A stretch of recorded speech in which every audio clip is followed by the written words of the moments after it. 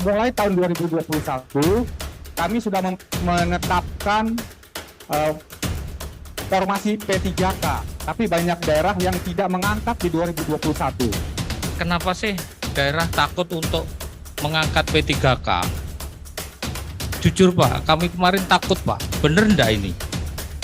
Jangan-jangan nanti nggak bener gajinya daerah yang suruh nalangi. Ketika tahun sebelumnya kita semangat semua dengan P3K itu karena akan dibiayai oleh APBN, karena dia adalah ASN, maka tidak ada keraguan untuk mengangkat itu. Tapi ketika ada penerimaan P3K, ternyata DAU kita tidak bertambah. Itu persoalannya gitu.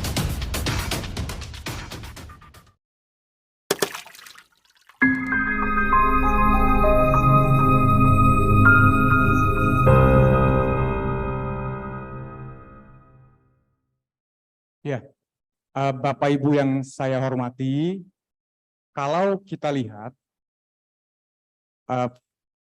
dalam APBN dari total belanja negara yang di tahun 2022 sebesar kurang lebih 2.714 triliun,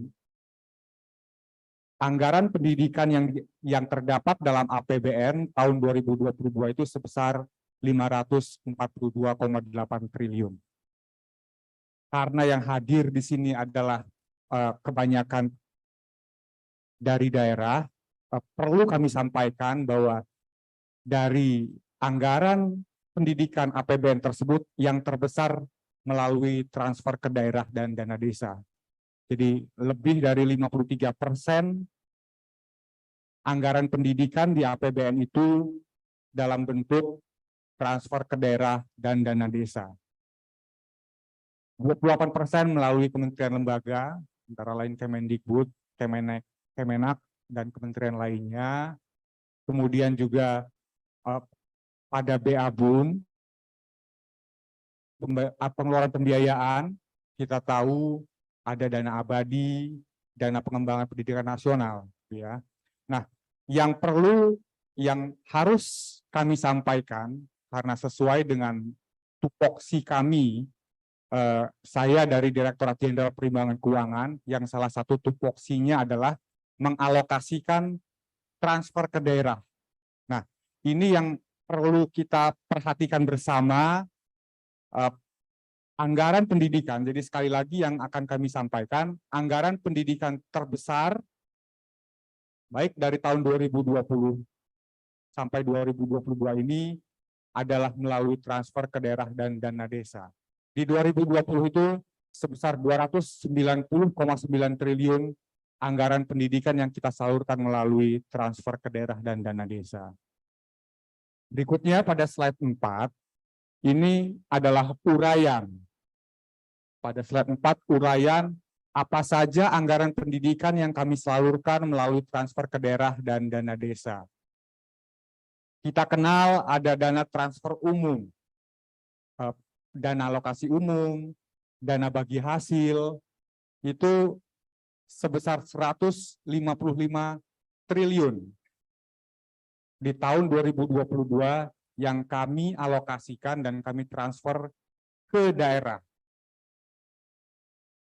Komponennya antara lain untuk non-gaji itu 61 triliun, yang terbesar memang adalah untuk gaji pendidik sebesar 93,29 triliun.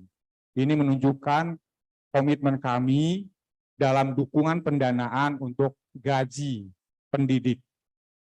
Kemudian ada juga DAK fisik bidang pendidikan. Ini untuk anggaran yang disediakan sekitar 18,34 triliun. Revitalisasi 47.000 satuan pendidikan, revitalisasi 219 perpustakaan daerah, itu target output dari DAK fisik bidang pendidikan.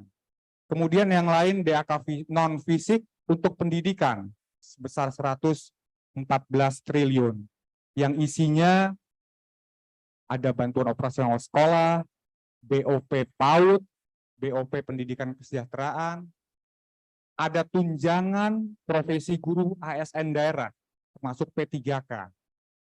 Tambahan penghasilan guru ASN daerah. Nanti akan kita lihat berapa besarannya di 2022. Ada dana insentif daerah yang di-earmark, yang diperkirakan untuk pendidikan. Sehingga total anggaran pendidikan melalui transfer ke daerah dan dana desa yang kami salurkan setiap tahun itu sebesar 290 triliun rupiah. Nah, kita masuk ke rangkaian acara kita hari ini, bagaimana kami merencanakan kebutuhan P3K guru dan bagaimana penganggarannya. Mungkin nanti akan sedikit banyak gitu ya, kita memahami beberapa permasalahan mungkin Pak, yang ada di daerah sehingga daerah ragu-ragu untuk mengangkat P3K gurunya. Di slide 7, tadi memang sudah disampaikan juga oleh Pak Aba, di pasal 101, ini yang harus kita lihat, gaji dan tunjangan untuk P3K yang bekerja pada instansi daerah, itu dibebankan pada APBD. Gitu ya. Jadi memang gaji dan tunjangan P3K yang bekerja pada instansi daerah, itu dibebankan pada APBD. Dari mana asalnya? Itu nanti akan kita lihat. Pertama, di slide ke-8, salah satu jenis transfer ke daerah yang ada itu dana alokasi umum. Nah, salah satu kebijakan di tahun anggaran 2020 dana alokasi umum adalah perhitungan komponen berdasarkan belanja pegawai ASN daerah. Jadi dana alokasi umum adalah dana yang berasal dari APBN yang ditransfer ke daerah, di mana salah satu komponen perhitungannya itu adalah kebutuhan belanja pegawai ASN daerah, termasuk P3K dalam hal ini, termasuk gaji ke-13, termasuk THR, dan ini termasuk formasi ASN daerah, formasi P3K. Jadi dalam alokasi umum tahun 2022, kami sudah memperhitungkan formasi ASN daerah, formasi P3K daerah, gitu ya. Dana alokasi umum ini memang setiap bulan kita salurkan 1/12. Jadi setiap bulan kami salurkan kepada daerah, keseluruhan daerah, di mana salah satu komponennya adalah belanja pegawai daerah, gitu. Itu secara clear gitu ya. Nanti akan kita coba lihat. Dalam belanja pegawai daerah itu salah satu yang kita perhitungkan adalah formasi ASN daerah tahun 2022. Nah, bagaimana kami menghitungnya dan bagaimana formula dalam perhitungan dana alokasi umum? Kita lihat dalam slide berikutnya, Bapak Ibu sekalian. Ya, di tahun 2022 kami mendapatkan pagu, mendapatkan alokasi, mendapatkan kue untuk alokasi DAU dalam APBN itu sebesar 378 triliun. Nah, 378 triliun inilah yang kemudian kita hitung untuk keseluruhan daerah berdasarkan formula yang ditetapkan dalam undang-undang. 378 triliun inilah yang kemudian kita hitung berdasarkan dua komponen. Ada namanya alokasi dasar, ada namanya celah fiskal. Ini mungkin, mohon maaf, agak sedikit teknis ya, yang mungkin yang lebih mengetahui di daerah ini, BPKAD dan sebagainya ini, gambaran saja nanti akan kami sampaikan agar Bapak Ibu sekalian di Dinas Pendidikan, di BKD mempunyai pemahaman. Nah, dua komponen tadi, ada namanya alokasi dasar, ada namanya celah fiskal. Alokasi dasar tadi apa? Itu yang kita himpun adalah belanja pegawai, baik belanja PNS daerah ataupun P3K yang sudah diangkat, termasuk formasi P3K yang akan diangkat di 2022. Itu sudah kita perhitungkan dalam alokasi DAU tahun anggaran 2022. Kemudian ada celah fiskal. Celah fiskal ini berdasarkan formula yang sudah ditetapkan. Nah, dari mana kami mendapatkan data formasi P3K 2022? Kami mendapatkan data dari Kemendikbudristek, kami mendapatkan data dari Kemenpan-RB, itu kami masukkan dalam perhitungan DAU tahun 2022. Berikutnya, ya, alokasi dasar tadi dalam salah satu formula perhitungan itu terdiri dari sekali lagi penjelasannya gaji ke-13, THR dan kebijakan formasi P3K. Di 2022 total belanja pegawai yang diperhitungkan itu sebesar 208,59 triliun. Pagu DAU-nya sendiri tadi 378, artinya sebagian besar DAU yang diserahkan, yang ditransfer ke daerah itu, sebagian besar adalah belanja pegawai yang komponen-komponennya tadi sudah kita lihat. Ada gaji PNSD, ada formasi P3K. Mungkin besok, Bapak Ibu sekalian, itu bisa kita perlihatkan gitu ya, apabila yang akan bertanya lebih lanjut terkait dengan data yang bagaimana kami menghitung alokasi tersebut. Nah, next slide. Bagaimana kami menghitung P3K di 2022? Yang pertama, gaji yang diperhitungkan dalam alokasi DAU tersebut adalah gaji pokok. Jadi gaji pokok yang diatur dalam peraturan kepegawaian. Yang dalam DAU tadi, dana alokasi umum tadi, yang kami perhitungkan gaji pokoknya saja. Jadi kalau untuk P3K guru 2021 itu 14 bulan kami perhitungkan. Untuk formasi 2022 3 bulan gaji, karena asumsi yang kami peroleh bahwa P3K 2022 itu akan diangkat bulan Oktober 2022, sehingga dalam perhitungan untuk gaji pokok P3K guru 2022 itu kita tetapkan sebanyak 3 bulan gaji. Nah, jumlah dana yang tidak diperhitungkan dalam alokasi 2021 dan tidak mulai tahun 2021 kami sudah menetapkan formasi P3K, tapi banyak daerah yang tidak mengangkat di 2021. Nah, itu kemudian kita perhitungkan karena anggaran tersebut tidak bisa dipakai untuk yang lain, itu kita bawa ke 2022. Nah, yang perlu kami sampaikan bahwa Pemda yang tidak merealisasikan anggaran yang telah diirmak gitu ya untuk pengajian guru akan mengakibatkan silpa di daerah dan kemudian akan diperhitungkan dalam proses alokasi DAU tahun berikutnya. Ini kebijakan yang diambil oleh kami. Selain guru, tunjangan tadi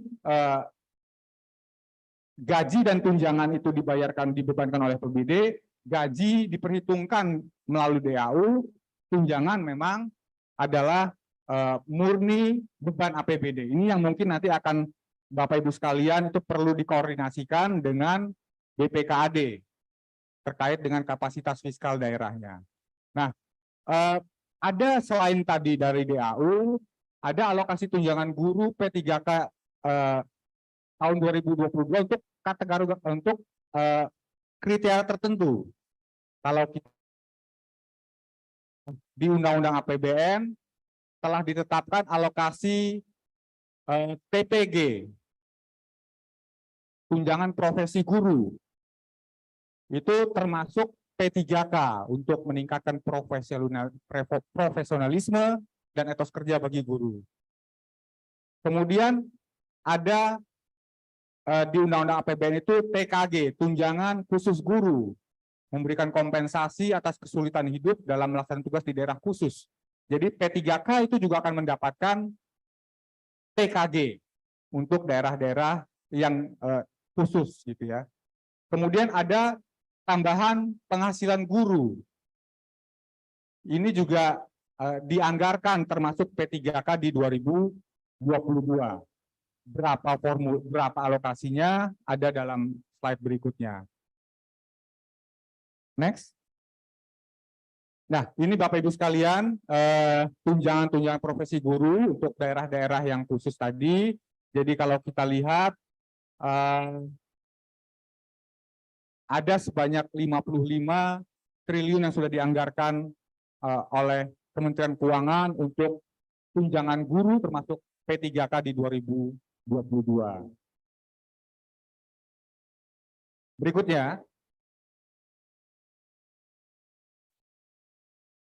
habis ya Pak. Mungkin itu Pak Moderator dari kami. Terima kasih. Assalamualaikum warahmatullahi wabarakatuh. Mohon maaf Pak Dian, apakah kita buka sesi tanya jawabnya ini berapa orang Pak Dian? Ingat Bapak Ibu, kita sepakat dulu ya.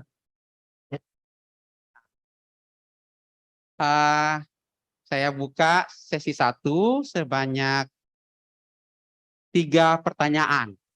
Assalamualaikum warahmatullahi wabarakatuh. Waalaikumsalam. Selamat malam, salam sejahtera untuk kita semuanya. Pak Ibu yang saya hormati, saya Anwar Sanusi dari Ibu Kota Negara yang baru Pak, IKN, Kalimantan Timur. Terima kasih atas undangannya. Ada beberapa hal yang perlu saya sampaikan. Sebenarnya kalau berbicara dana, anggaran gampang Pak. 70% kasihkan ke daerah, 30% pusat, selesai itu sebenarnya. Itu aja kuncinya. Enggak banyak kok. Jadi Bapak sampaikan, kenapa sih daerah takut untuk mengangkat P3K? Jujur Pak, kami kemarin takut Pak. Bener enggak ini? Jangan-jangan nanti enggak bener, gajinya daerah yang suruh nalangi. Itu teman-teman yang saya tanya di daerah-daerah, kenapa sih? Takut BPKD-nya, jangan-jangan uangnya ini enggak diberi sama pusat. Kita lagi yang kalang kabut dengan guru-guru.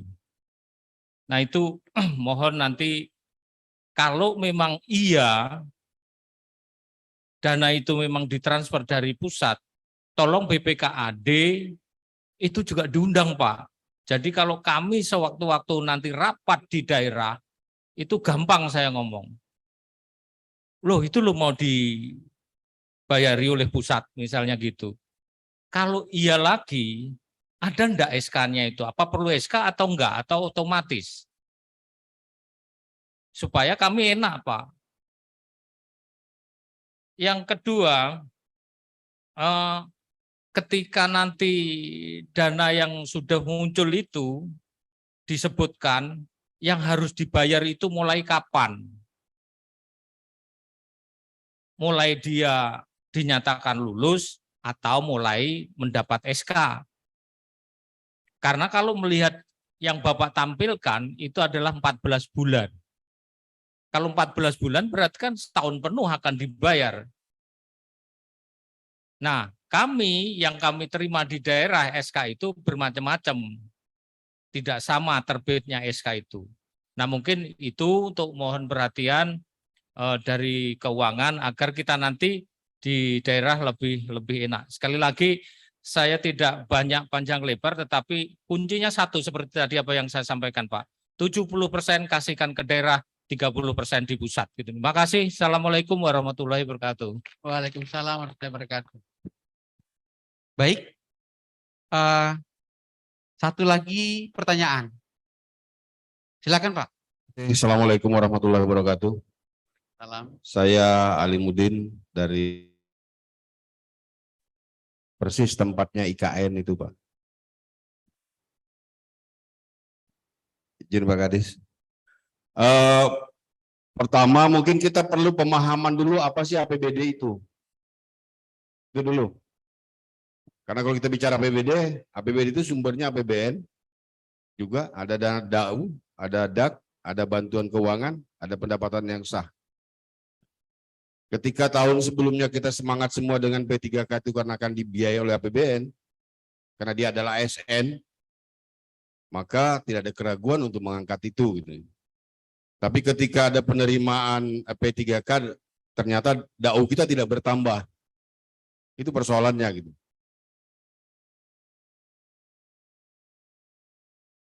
Saya tiap tahun jadi panitia anggaran, jadi agak paham yang Bapak sampaikan itu.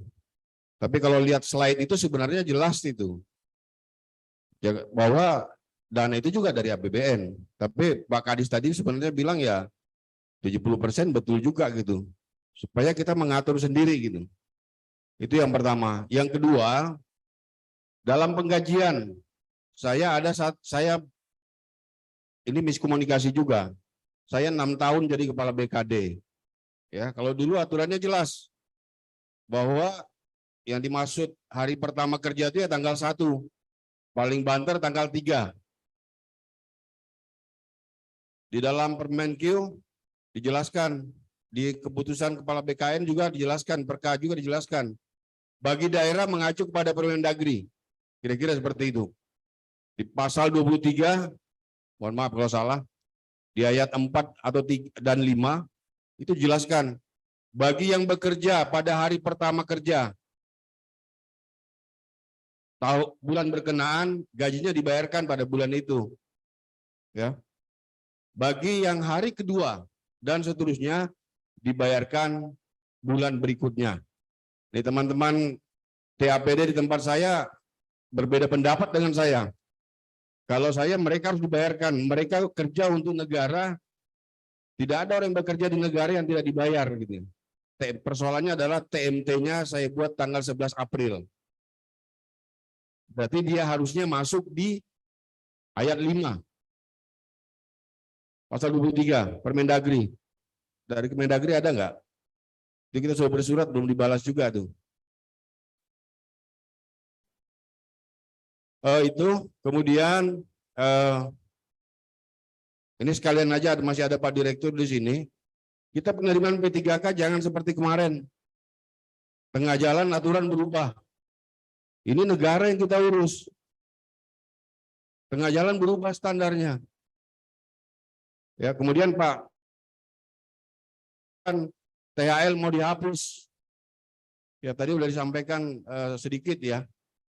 Kita dulu waktu pengangkatan THL PP 43 Junto PP 48 2015 itu jelas itu tidak boleh mengangkat tenaga honorer atau dengan nama apapun, jelas itu. Ini kalau Permenpan aja nggak mempan juga itu Pak, PP aja kita langgar. Karena kebutuhan. Kecuali Bapak tahun ini kita pensiun 10 orang, Bapak isi guru kami 10 orang, tidak ada masalah. Dengan statement seperti itu, ini mohon maaf melenceng sekalian. Dengan statement seperti itu, Bapak membuat kisru di daerah. Saya pikir semua kisru itu. Pasti kisru, banyak tepuk tangan, berarti benar saya. Bikin kisru, menteri bikin kisru. Tapi harus kita akui juga bahwa banyak tenaga honorer di satuan-satuan kerja perangkat daerah yang lain memang perlu. Oleh karena itu pusat bikin SOP apa aja standar norma prosedur itu kan tugasnya pusat itu. Nanti kita ikutin. Ini kalau dipukul rata, silakan bawa Bapak di pusat jadi guru di SD di hutan-hutan sana. Dia jangan bikin kisru kebijakannya. Itu mungkin ini dari tadi sebenarnya kalau dikasih kesempatan ada Pak Asdep tadi itu. Kalau bicara seperti ini kita hafal Pak sudah. Kebijakan ASN, kebijakan lain-lain kita sudah hafal gitu ya. Tapi kebijakan-kebijakan di daerah juga harus linear. Sebentar Pak, 1 detik lagi. Ya. Terima kasih Pak. Kalau Ya. tambat. Oleh karena itu mohon jangan bikin kebijakan yang kita sudah susah 2 tahun Pak ya. Bikin statement yang seperti itu. Pak Anwar Sanusi itu benar. Pak Gubernur Kaltim itu tetap aja dia mau itu. Memang ada uangnya Pak ya. Kasihan daerah yang lain nanti. Mungkin itu Pak, saya mohon maaf melenceng, tapi saya lihat Pak Direktur masih ada untuk kementerian Janganlah seperti yang kemarin lagi. Oh, satu lagi. Kalau penerimaan tenaga pendidik dan tenaga kesehatan diserahkan kepada Kementerian Pendidikan dan Kementerian Kesehatan, libatkan secara teknis Dinas Pendidikan Kabupaten Kota. Saya kasihan Pak ngelihat kemarin teman-teman begitu pemberkasan. Ini mudah-mudahan ada BKN juga nih. Dilibatkan. Mereka mau bertanya ke siapa? Ya kalau umpamanya kebetulan nanya ke saya masih hafal tata cara pemberkasan CPNS. Kalau yang lain, mereka seperti ayam kehilangan induk gitu. Dalam proses pemberkasan di tempat saya, mudah-mudahan di tempat lain tidak. Oleh karena itu, tidak cukup dengan menghadir,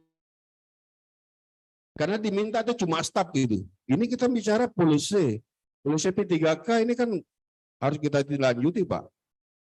Dilibatkan secara teknis. Oleh karenanya kejadian kemarin, begitu honorer demo, Bapak dari kementerian dengan mudah mengubah sebuah aturan tengah jalan. Demikian saya mohon maaf jika ada yang kurang berkenan. Wabillahi taufiq wal hidayah. Assalamualaikum warahmatullahi wabarakatuh. Pak Anwar Sanusi, iya, kalau misalkan APBN 70% untuk daerah, 30% untuk pusat, beres semua urusan. Itu yang disampaikan Pak Anwar Sanusi. Beres kalau untuk daerah-daerah yang kaya. Tapi bagaimana dengan daerah-daerah yang nanti Tuhan bantu, nanti Tuhan tolong, siapa yang memikirkan mereka? Bagaimana kita merekatkan NKRI? Nah, itulah yang kita pikirkan Bapak Ibu sekalian. Jadi, perimbangan keuangan itu bukan hanya sekedar membagi-bagikan uang, tapi bagaimana kita memeratakan daerah. Daerah yang tidak merata, kemampuan daerah untuk pelayanan publik yang tidak merata, itulah yang dipikirkan oleh pemerintah pusat. Jadi memang kalau 70% daerah, 30% pusat untuk kemudian dibagi hasilkan, kita salurkan ke daerah, iya enak Kalimantan Timur, ya enak DKI Jakarta, tapi sebagian besar di daerah kita nggak seperti itu. Gitu ya, jadi politik anggaran yang diambil ya sementara masih seperti itu. Mungkin ke depan ketika misalkan daerah-daerah sudah semakin maju itu bisa dilakukan. Atau kalau kita sudah IKN-nya pindah ke Kalimantan Timur itu bisa kita lakukan. Formasi yang kita hitung di DAU di 2021 tadi memang 14 bulan. Karena anggapan kita gitu ya, itu kan formasi 2021 berarti sudah diangkat, sudah bekerja sejak Januari gitu ya, jadi 14 bulan. Tapi kalau yang 2022 hanya 3 bulan yang kita alokasikan di mulai bulan Oktober. Karena informasi yang kami peroleh paling cepat diangkat bulan Oktober. Jadi hanya 3 bulan yang kita perhitungkan dalam alokasi DAU tahun anggaran 2022.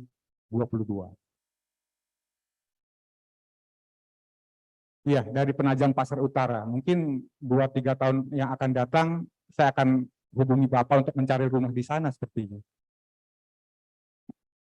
Karena mau nggak mau, kita di pemerintah pusat kan harus di sana gitu ya. Nah,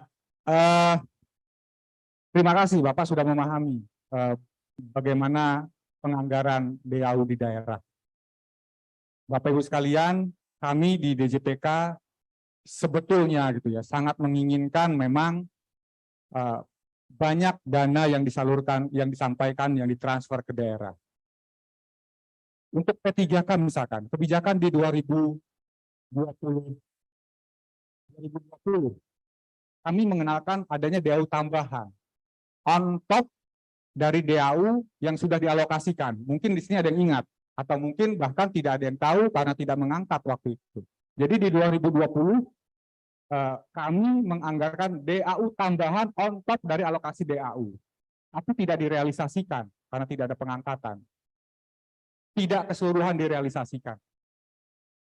Tapi kebijakan yang kami tempuh tersebut menjadi catatan merah bagi BPK karena menjadi temuan karena DAU tambahan tidak dikenal dalam DAU.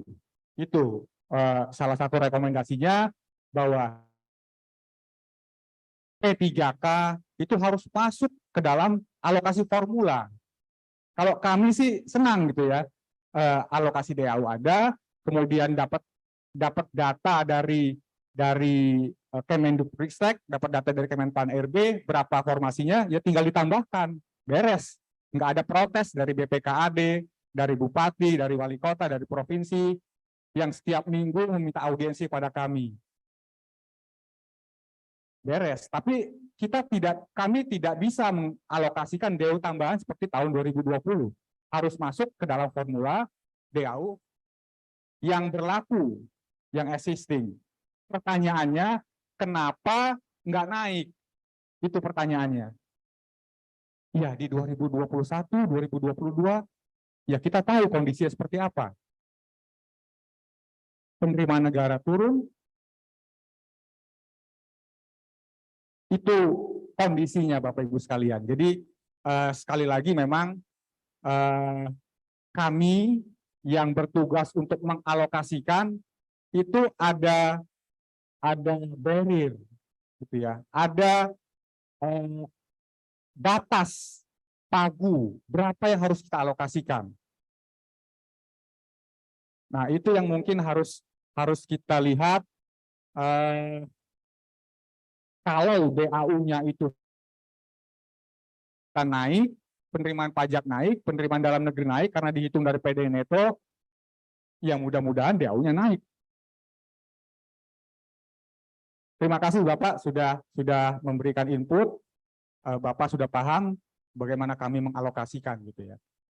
Kalau yang pertanyaan berikutnya mungkin tidak ke kita ya Pak ya, karena tadi ke Mendagri dan sepertinya ke yang lain. Terima kasih Pak. Iya.